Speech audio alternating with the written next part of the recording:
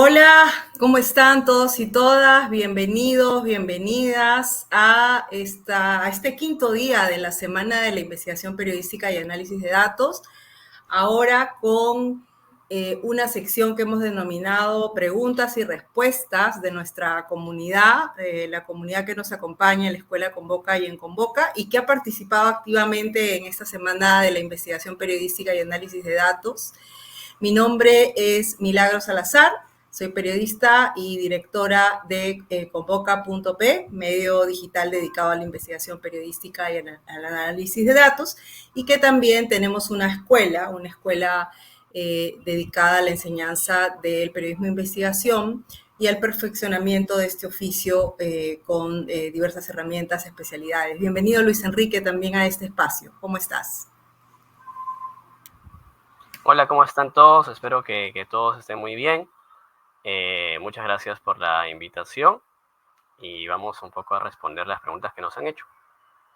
Así es, Luis Enrique Pérez es periodista, analista de datos y también coordinador de la plataforma Convoca Deep Data, que reúne más de 2.4 millones de datos, o que se procesó esa cantidad de datos masivos para poder poner al alcance de la ciudadanía información sobre las industrias extractivas, mineras, petroleras, empresas dedicadas a la explotación del gas. Así que vamos con las preguntas y con estas respuestas que vamos a esbozar junto a Luis Enrique. Me pregunta uno de los miembros de la comunidad de la Escuela Convoca, ¿cuál es tu enfoque para mantener el equilibrio entre la velocidad de la publicación y la exhaustividad de tus investigaciones? Es muy importante mi recomendación, y esta recomendación que les puedo compartir a partir de mi experiencia de trabajo en diversos medios de comunicación. Yo he trabajado en varios diarios. Básicamente mi carrera se basó en el trabajo de salas de redacciones de periódicos, de diarios, y luego en el 2015 empecé a trabajar publicando ya historias y fundando Convoca, ¿no? Convoca, ya dedicado a la investigación periodística medio digital. Sin embargo, lo primero que me acompaña para resolver este dilema, ¿no? Entre ser rápido, ser bueno, ser exhaustivo y todo ello, es como siempre aspirar a contar la mejor historia en el menor tiempo posible. Eso es uno. La aspiración, esa aspiración de contar, de tener ese objetivo, te impulsa a resolver problemas con mayor agilidad. Lo segundo que me ayuda es tener claro el objetivo, el enfoque de lo que busco. Y el tercer aspecto es que toco varias puertas a la vez, ¿no? Esa es una habilidad que todos los periodistas necesitamos aprender. Tocar varias puertas a la vez, porque una se va a abrir siempre. Si en mi cuadro de comisiones, cuando tenía que entregar 3 notas al día, por ejemplo, yo lo que hacía era llegar un poquito más temprano a la sala de redacción y empezar a hacer como un barrido de contacto con todas las fuentes de mis 3 notas, y iba luego monitoreando constantemente y sabía que alguien me iba a responder, ¿no? Y si ya veía que en determinada hora nadie respondía, ¿no? Yo me daba un plazo a mí misma, ¿no? Porque ya me había comprometido con mi jefe o mi jefa. Entonces ya tenía un plan B para ver cómo resolver, ¿no? Porque finalmente tenemos que desarrollar la habilidad de resolver y de dar soluciones frente a los desafíos y las cuestiones que se presentan en el día a día. El cuarto aspecto, después de tocar varias puertas, tienes que tener claro dónde estás trabajando y qué es lo que te están pidiendo. Si te están pidiendo una nota del día que sea la portada, hacia allá vas. Y cuánto texto requieren de ti. Requieren que sea 7.000 caracteres, con espacio, sin espacio, 1.000 palabras. ¿Qué es lo que te están pidiendo, no? Una historia que permita ser la portada del periódico, te están pidiendo un informe de fin de semana, te están pidiendo una investigación que vas a ir desarrollando a lo largo de un mes mientras vas haciendo notas más de agenda del día, qué es lo que te están pidiendo, ¿no? Esa claridad necesita estar muy bien especificada, ese objetivo, según la necesidad del medio donde estás trabajando, ¿no? Entonces, eso es muy importante porque eso habla de tu eficacia y tu compromiso con el equipo con el que estás trabajando. Y en el camino seguro vas a encontrar otras historias y ahí evaluarás si es que eso lo dejas para una segunda parte, para una tercera parte o para la nota del día siguiente, porque a veces pasa que encontramos como que varias notas o mucha información y nos perdemos en el bosque y nos olvidamos de que el objetivo era otro, ¿no? Y terminamos siguiendo esa liebre que nos encontramos por ahí y ya, y despertamos y ya son las 5 de la tarde y tenías que entregar tu nota a las 4 y estás con las manos vacías, por ejemplo, ¿no? ¿Y qué pasó ahí? Me perdí, ¿no? Me perdí en el bosque. Entonces, eso es siempre como tener esa habilidad. Y esa habilidad es importante que la desarrolles así tengas 24 horas, 8 horas o un mes, porque también te puedes perder en el bosque, sobre todo va a ser más denso el bosque cuando tienes más tiempo, porque si no puedes gestionarlo para resolver algo de un día, va a ser más difícil en algo que demande más tiempo. Y a veces se cree que porque tienes más tiempo es más fácil. Depende, porque la ambición de la búsqueda va a ser mayor que el objetivo que te van a plantear de trabajar en un día. Así que a desmitificar varias cosas. Creo que el último punto sería eso, desmitificar ciertas cosas que podemos creer respecto a lo que significa ser eficaz. Primero, hacerse cargo que necesitamos ser eficaces. Eficaces para ser contundentes con las revelaciones, eficaces con los compromisos que asumimos como parte de un equipo, eficaces para poder resolver problemas mientras cada momento se va presentando, digamos, el desafío. Eso sería respondiendo a esta primera pregunta. Luis Enrique, vamos con una pregunta que te hayan lanzado y una respuesta por ahí. Vamos. Bueno, hay una pregunta que es interesante, es ¿cuál es el papel que juega el análisis de datos en el periodismo actual? Bueno, ha ido ganando más espacio conforme han pasado los años y conforme también las salas de redacción se han venido ya adaptando a esta nueva forma de descubrir información importante y que ofrece datos disparadores nuevos, novedosos y da independencia al periodista. Entonces el periodista que busca ya no tanto depender de una fuente, de un fiscal o de un abogado de las partes o de alguien que te pase un audio, que pase un video comprometedor, ¿no? Sí, porque eso puede llegar, pero no llega siempre y el periodista está buscando cada vez tener más independencia y lograr tener más fuentes de información para obtener datos y publicar, que es el objetivo del periodismo. Entonces, lo que ha ganado es cada vez más espacio e incluso llegó a la televisión, ¿no? Lo que hace unos años era solamente de medios independientes y novedosos como Convoca o no sé, Ojo Público o por ahí IDL, ahora ya está en las salas de redacción de los grandes medios que están viendo también que es importante analizar datos para obtener información. Entonces, está ganando más espacio, sí, pero aún está pendiente de ganar el espacio en la academia. Aún en la universidad no está masificado el uso de datos, por ahí hay como una clase, un par de clases, pero no como un curso de datos, y esto sería muy interesante para ganar más espacio en los medios de comunicación, también que los periodistas ya salgan capacitados de las universidades o si no están así, no es tanto así, pueden venir también a la Escuela Convoca a aprender un poco de periodismo de datos con nosotros. Y ahora hay otra pregunta para Milagros, ahí creo que es... Gracias, Luis Enrique. Gracias, sí. Muy bien lo que dice Luis Enrique. Hay esfuerzos de algunas universidades y Luis Enrique enseña en algunas donde él, gracias a que él ejerce el periodismo y trabaja con datos, lo comparte también con sus alumnos. Yo también lo hacía, ¿no? Cuando enseñaba en 3 universidades de Lima. Y da gusto porque las nuevas generaciones se conectan rápidamente con la tecnología y el trabajo con los datos, pero además eso no debería ser solo para complementar un poco lo que dice Luis Enrique, una tarea de aprendizaje para los más jóvenes, sino para todas las generaciones, porque la mayor cantidad de información que ahora está en Internet está en bases de datos. Entonces tenemos que saber interrogar a esas bases de datos, a esas fuentes de información para poder hacer nuestro trabajo, ¿no? Me preguntan, ¿cómo hago para buscar personas claves? ¿Y cuáles son esos desafíos para encontrar a estas personas? De esas personas que dicen, ay, qué inubicable es esta persona, ni siquiera tiene red social, ni siquiera está su teléfono en las páginas amarillas, blancas y de todos los colores. ¿Cómo hacemos para buscar?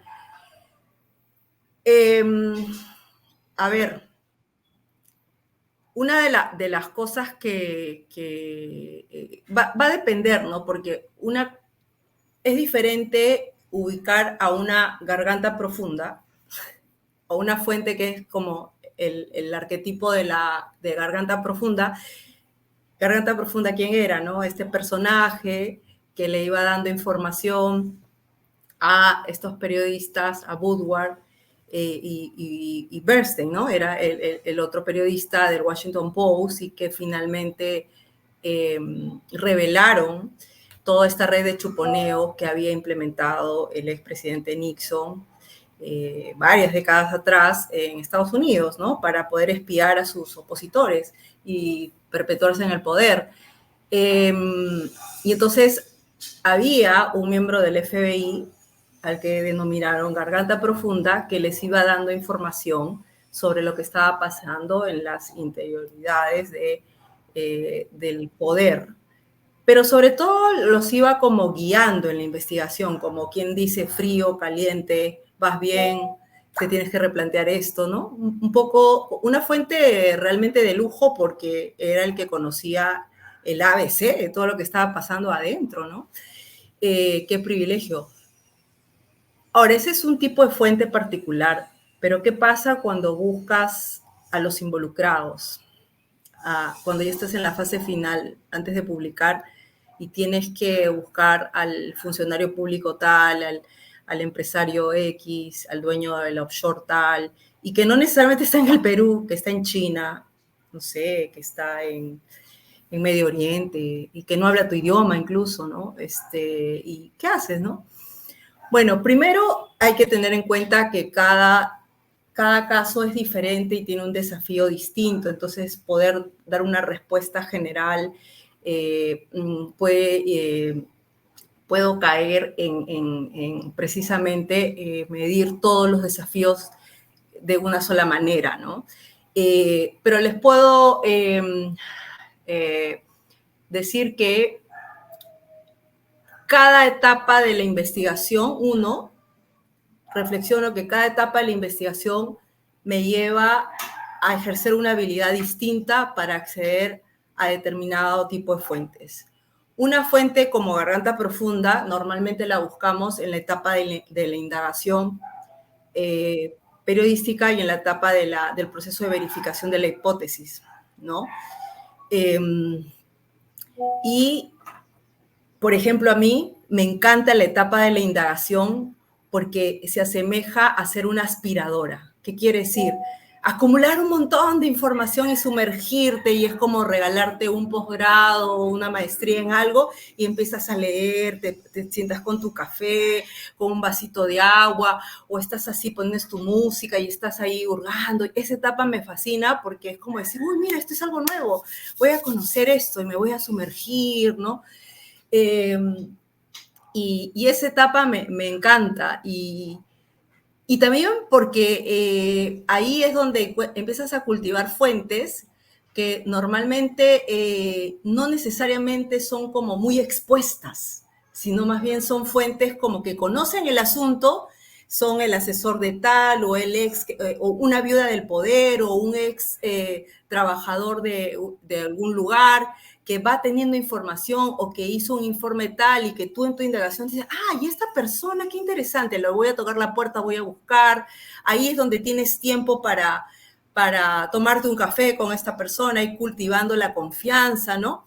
Esa es en la etapa de la indagación y entonces es la etapa que yo más disfruto. Así como La etapa del proceso de verificación también. Toda la parte que tiene que ver con acumular información y procesarla es la que me entusiasma muchísimo, y en el cultivo de fuentes también. Ahora, en la etapa de la confrontación, que es como sí o sí tienes que ubicar a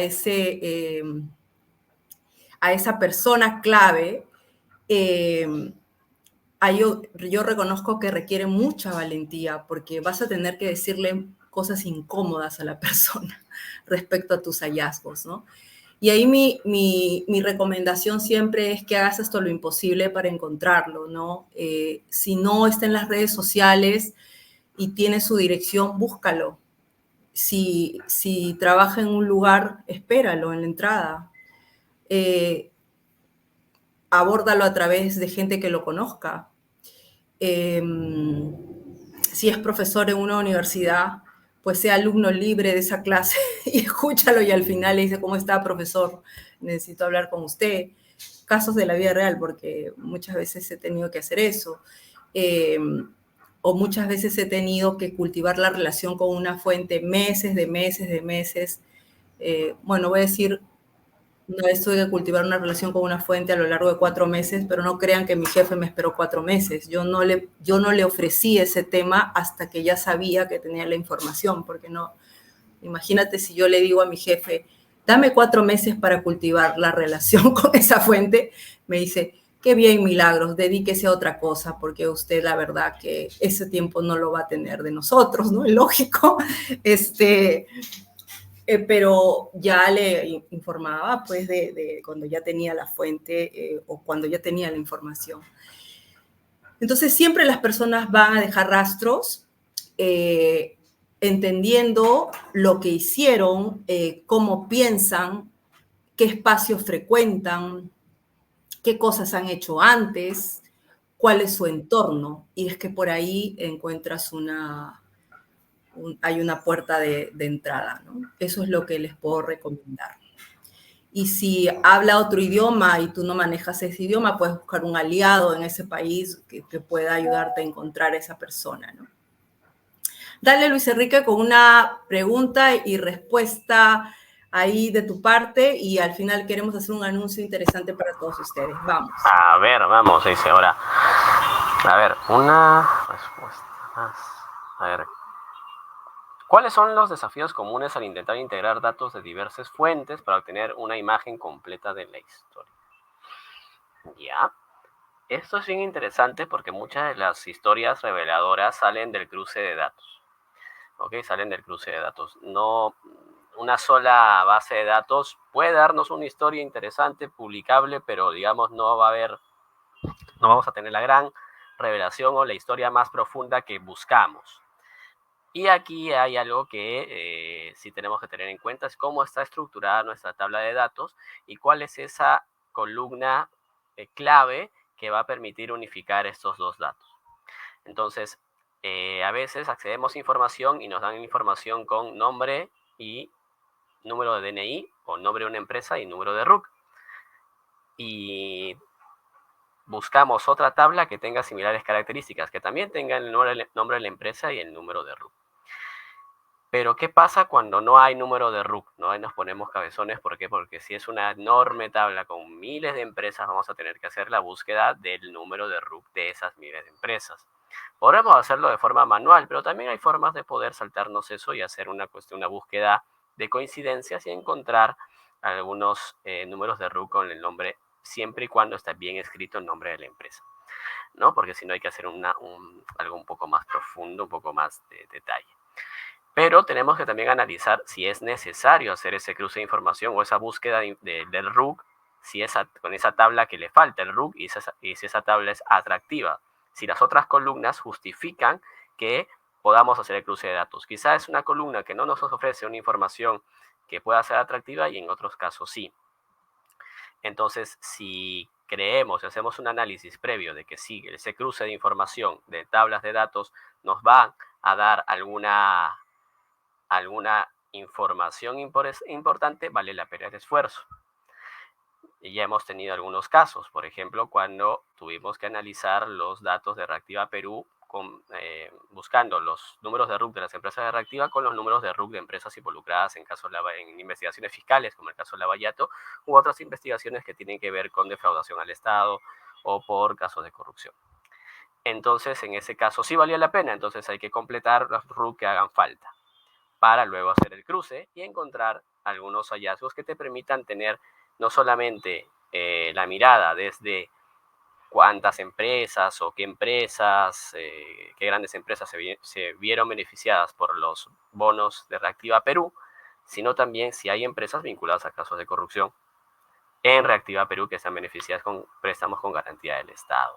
Entonces, si vale la pena, sí, claro, vale la pena hacer eso. Hay que analizar muy bien si es que el tiempo que vamos a invertir a completar esas tablas de datos para hacer el cruce es necesario y haciendo este análisis previo, tanto con tú mismo como reportero y también con tu editor para que te está ayudando a construir la historia, decirle, mira, quiero hacer esto, creo que podríamos juntarlo, me va a tomar más tiempo, pero creo que puede valer la pena, ¿no? Para que justamente tengamos ese diálogo y poder publicar el informe, el reportaje. Genial, Luis Enrique. Bueno, justo está en la pantalla proyectados algunos reportajes, ¿no? Y las características, por ejemplo, del dato disparador, de una investigación que hicimos sobre la red Montesinos. Y ahora queremos, para ir cerrando, compartirles una buena noticia.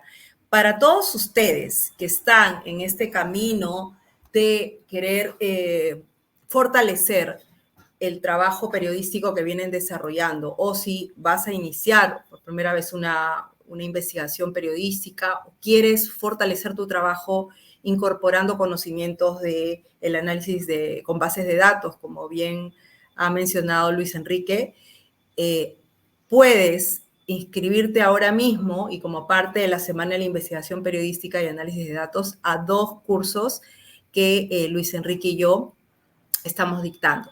Luis Enrique está dictando un curso totalmente online que puedes llevar a tu ritmo según tu horario y se llama Herramientas Digitales para Investigar con Bases de Datos. Ahí vas a aprender a trabajar con cómo scrapear datos de las páginas web. Ahí Luis Enrique quizás puede contar un poquito más. ¿Cuántos módulos son, Luis Enrique?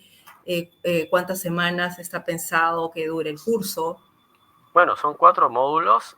Cada módulo vamos a ir evolucionando y aprendiendo. Primero a cómo acceder a las bases de datos, cómo hacer un buen pedido de acceso a la información pública, cómo buscar información que ya puede estar pública.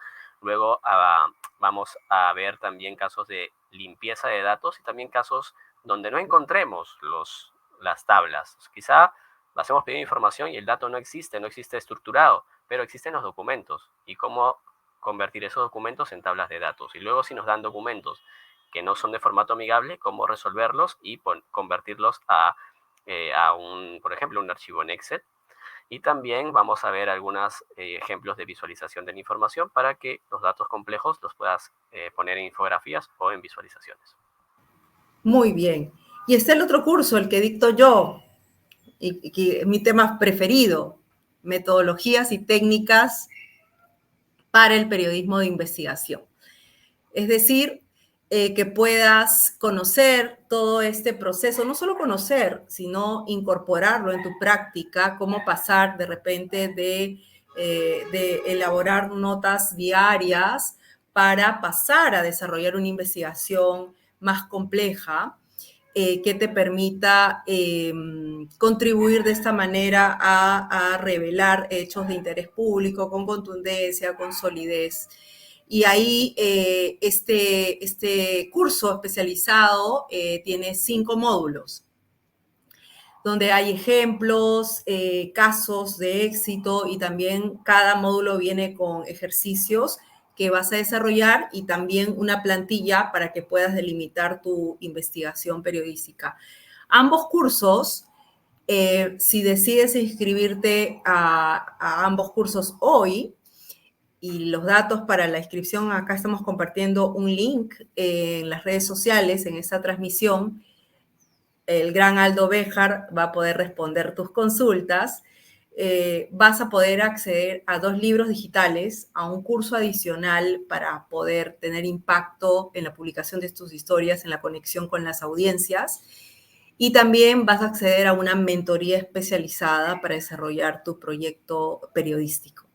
Así que te invitamos a que te unas a estos cursos, que seas parte de la Escuela Convoca, de la comunidad, y te invitamos a continuar participando en la Semana de la Investigación Periodística y Análisis de Datos, que va a continuar hasta el domingo. Atento a nuestras redes sociales porque vamos a compartir tips, materiales que puedes tú revisar para que sigas incorporando todas estas herramientas en tu trabajo. Así que muchísimas gracias y seguimos conectadas en la Semana de la Investigación Periodística y Análisis de Datos. Muchas gracias a todos, que tengan buen fin de semana con mucho aprendizaje. Gracias, Luis Enrique también, Luis Pacheco, Ricardo, Yami, Camileda, a todos, a todo el equipo. Un gran abrazo. Gracias, nos vemos en los cursos. Chao. Otro ejemplo, el caso de Vladimiro Montesinos. Nosotros participamos en una investigación que se llama Pandora Papers, que nos permitió a los periodistas de Convoca acceder a una serie de informaciones sobre compañías offshore. Y ahí Gonzalo Torrico nuevamente identificó algunas empresas que estaban asociadas a Montesinos y sobre todo al entorno que ayudó a Vladimiro Montesinos, el ex asesor de Alberto Fujimori, en el lavado de dinero y varios actos de corrupción. Entonces, a partir de que identificó esa compañía, una de las compañías, lo que hizo Gonzalo, nuevamente se hizo una pregunta, ¿no? ¿Cuántas empresas vinculadas al entorno de Vladimiro y a Vladimiro que está investigando están investigando las autoridades, están en estos documentos del proyecto Pandora Papers? Entonces, ¿qué es lo que hizo Gonzalo? Hacer un registro de todas las empresas que estaban asociadas a la red de Montesinos para poder buscar en estos documentos del proyecto Pandora Papers. Y así hacer un registro total y poder hacerse otra pregunta: ¿cuántas de estas estaban operativas? ¿Cuántas estaban vigentes? Porque recuerden que el caso Montesinos se remonta a los 90, ¿no? ¿Hay alguna que esté funcionando, operando? Y que eso fue el titular del reportaje, ¿no? Compañías offshore de la red de Montesinos siguen operando. Y entonces, se dan cuenta, la mejor herramienta que tenemos los periodistas cuando investigamos es hacernos preguntas, ¿no? Preguntas gatilladoras, preguntas enfocadas,